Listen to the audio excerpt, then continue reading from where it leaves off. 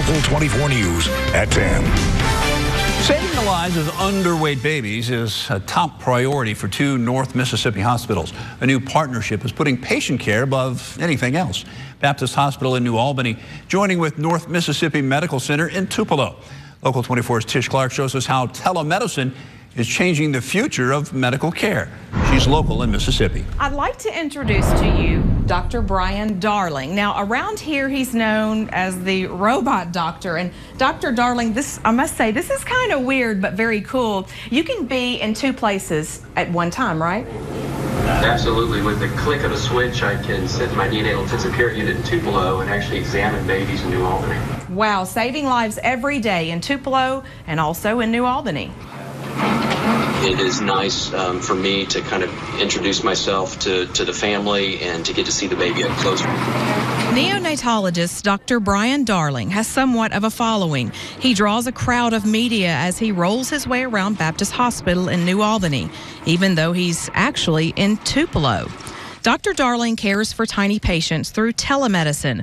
Before telemedicine, underweight babies had to be transported to Tupelo, the closest neonatal unit, without their mom, who is still recovering. Now, Dr. Darling can examine, check vitals, and provide care to babies this futuristic way. Being able to zoom in and take a close look at a baby is incredible. I'm going to take a picture of this. Especially for moms like Crystal McKee. Oh, he's precious. Her baby boy, Atlas, was born Wednesday. Although Atlas weighed 6 pounds 15 ounces, he was born premature. Crystal was introduced to telemedicine. It's a little intimidating, like a little scary almost, but I mean, it's pretty cool. Crystal feels reassured and ready to go home, knowing robot Dr. Darling had her baby boy's best interest at heart. Pretty neat, like the technology that we have and where we're getting to is getting pretty impressive. Behind the scenes is pretty impressive too. Here you can see what Dr. Darling sees. With the click of a mouse, he can control everything from a laptop. It's not quite the same as face-to-face contact. In fact, I made the comment to Dr. Darling about not being able to shake his hand.